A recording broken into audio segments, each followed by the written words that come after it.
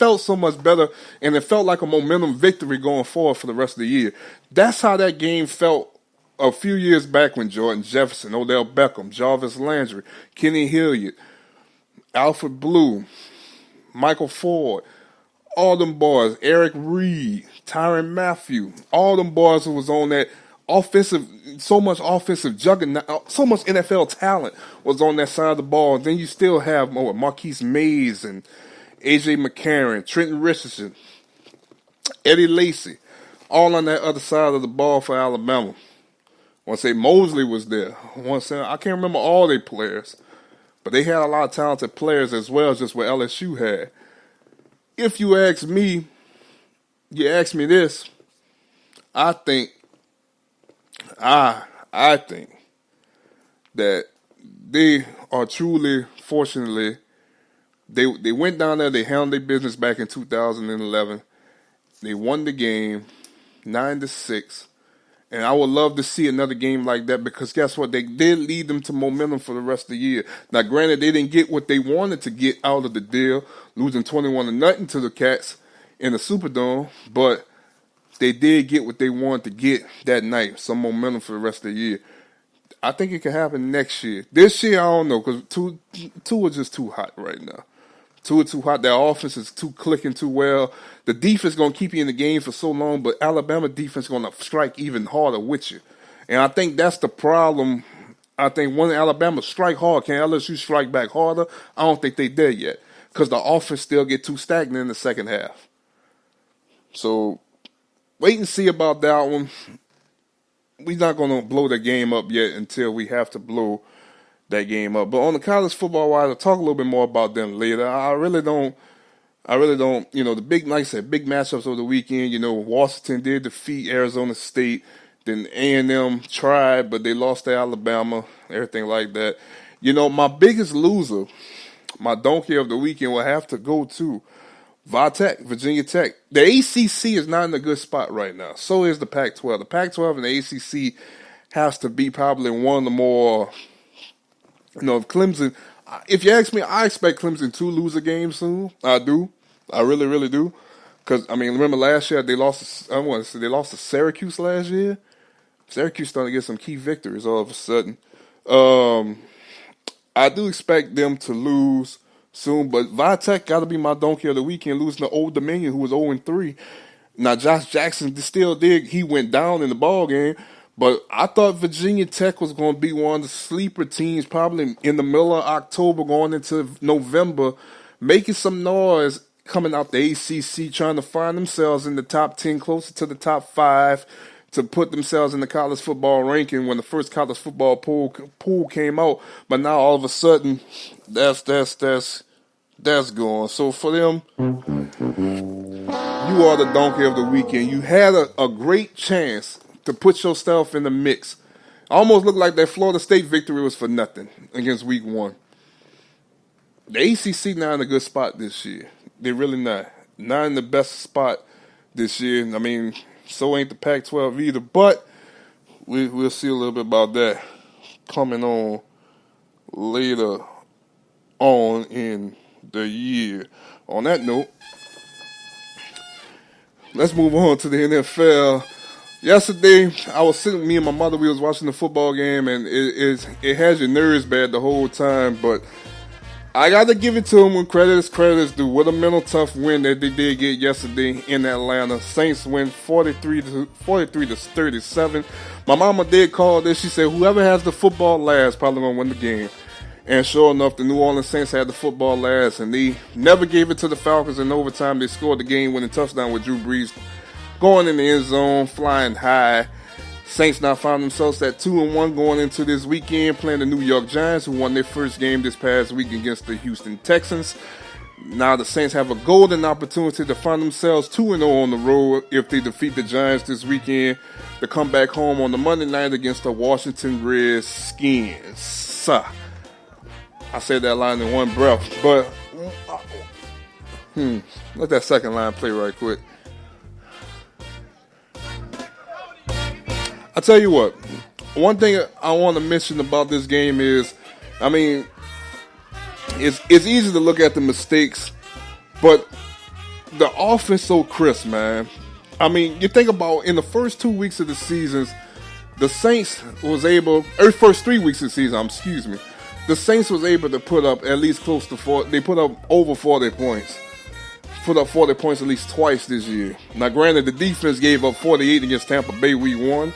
And week 2, they did do better against Cleveland. They gave up 18 against Cleveland. Now, this past week, they gave up 37 against Matt Ryan. Now, granted, I got to respect Matt Ryan, their offense. Their offense always kind of hitting a little hard over there in Atlanta. They got pieces. Mohamed Sanu, Julio Jones, Hooper, the tight end, Tevin Coleman, Devontae Freeman when he's healthy, and now they got a new weapon in Calvin Ridley. Now, Calvin Ridley hurt the Saints the most on yesterday. 7 receptions, 146 yards, and 3 touchdowns. So, I give credit when credit is due. I definitely do that. Way to have a come-out game, young man. Way to have a come-out game. I got to give it to him. I ain't no salty fan. I'm not no mad fan. When he got drafted to the Falcons, when he fell, because I thought he was going to be a Cowboy. I did thought he was going to be a Cowboy. I thought maybe the Ravens would take a chance upon him.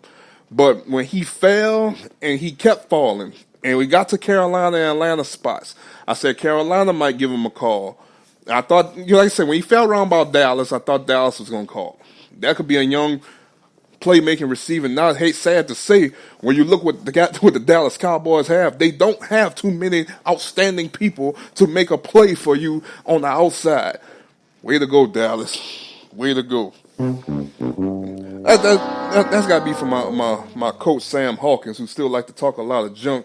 He said the best thing the Saints has taught him this past year, talking about last season, that how to tackle the right way. Don't tackle at all. Talking about Marcus Williams. But he fell to Atlanta, and when Atlanta drafted him, I got nervous. But I said, because that young man is too good. He's good enough to probably be a potential number 1 receiver on any other team besides like teams like the Giants, between the Falcons and the Pittsburgh Steelers. But if he was on any other team in the NFL, and probably you could throw New Orleans in that mix too, and Houston. Any other team in the NFL, like Arizona, Eric Fitzgerald about to be out of there, he could be the number 1 guy. The San Francisco 49ers, the Seattle Seahawks. I was hoping if Atlanta passed on Seattle, would just keep falling to Seattle, he'd go out there playing the Pacific Northwest. He wouldn't be playing our division. But when he fell to Atlanta picked him. Atlanta called another Alabama receiver who catches balls like he catches punts. He run routes real well. I've seen the man so many times. He's good with open space. He had his come-out game yesterday, so I got to give Calvin Ridley his respect. But on the defensive side of the ball for New Orleans Saints, what the hell is going on? Like, they went deep so many times on New Orleans, it was a shame. Ken Crowley and P.J. Williams is killing us. I don't think we should be pressing so much at the line of scrimmage and getting beat over the top. I mean, it's happened It happened week 1 with Deshaun Jackson. It happened with Mike Evans. It happened with Antonio Callaway. It happened with Calvin Ridley. Julio Jones caught a bomb yesterday as well. When we going to stop seeing these deep balls, something I'm not accustomed to seeing. I'm accustomed to seeing the Saints can't stop the run. I'm accustomed to the Saints can't stop short passes. I'm not accustomed to seeing the Saints give up these big, deep bombs. You playing some of the best receivers in the game. You got to play Julio Jones and Calvin Ridley again.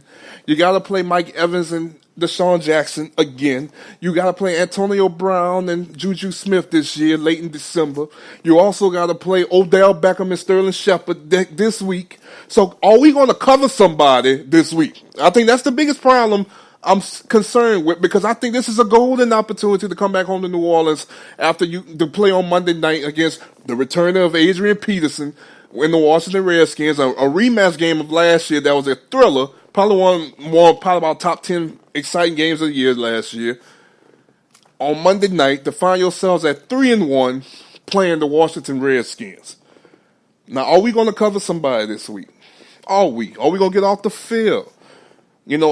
I don't think New York's offense is as explosive as the Atlanta Falcons, even with Saquon Barkley and Odell and Sterling Shepard. I know Evan Ingram is out, I believe. But I want to see what the Saints going to do defensively, how they're going to change. When the Saints going to have their defensive breakout game? Remember last year, week 3, before they went to London, the Saints had their breakout game against Carolina. They caught 3 interceptions against Cam Newton. They put the offense in winning position. They won their first game of the year. They went 1-2, and from there they went on an 8-game winning streak to put themselves in position to win the division. They went to the wild card, beat the Panthers for the 3rd time last year, and they should have went to the NFC Championship game. When the defense going to find their momentum game, the game that's going to be like, okay, this is what we got. We finally hit stride. We found what's working. We can add more pieces to it. Because at the end of the day, they healthy. AJ Klein's still out there. Alex Anzalone, who looked lost sometime on the field. He's not filling holes like he should be filling on the run support. But he's healthy. I understand maybe trying to get his win, trying to get his cycle back up because he really didn't play too much for you last year. You know, Marcus Williams, who's not having a bad year. It's just, you know, Marshawn Lattimore got beat one time. Last time I checked, that was against Mike Evans this past week 1. But other than that, I mean, they didn't throw Marshawn Lattimore away at all the last couple of games. If you ask me, I think New Orleans need to find some identity on defense this week. Maybe send some more pressure. I want to see them send pressure on Eli. I think that's what's going to take this week to beat the Giants. They got to send some pressure on Eli because it's not a great offensive line. It's a golden opportunity for the Saints to win this game and win this game big. I think it could be 28-0 quick if the defense step up real fast. It'd be 28-0 real quick. We could be over with this game by before halftime if the defense play. I'll tell you what, I'm a challenge. I don't know if anybody listening to this, but I'm a challenge the New Orleans Saints. I want to see Teddy Bridgewater on the field this week. That's how bad I think they could beat the New York Giants. If the Cowboys is defeating these boys, and they not all that, you seen that yesterday when they went to Seattle. They not all that. I'm not trying to disrespect the Cowboys. I don't care if I am. I'm not. They not all that. I think New Orleans can easily handle their business on against the Giants. Shut down who they need to shut down. Win this ball game.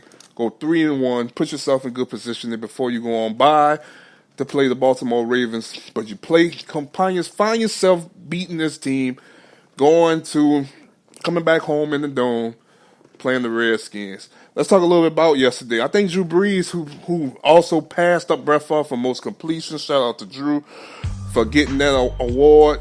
I know he's getting closer and closer to being the all-time leading passer in NFL history.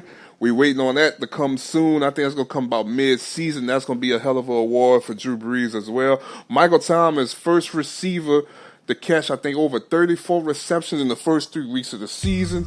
Shout out to him, too. He's balling.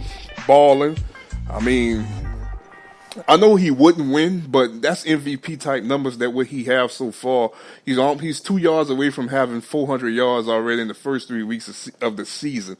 I know he would not win the MVP because look who his quarterback is, but that's potential MVP numbers of what he's doing right now in the first 3 weeks of the season. If Alvin Kamara, I think he only had like over 190 something yards total yesterday. 180 something yards. I gotta go back. 170 something yards. I gotta go back and look at the stat line. I don't have it all in front of me. But that's Drew Brees. 5 total touchdowns yesterday. He had 3 in the air. He threw for 39 for 49 for 396 and 3 TDs, and he had 2 rushing touchdowns on the day. He had the spin move touchdown. That's gonna probably be the highlight of his career.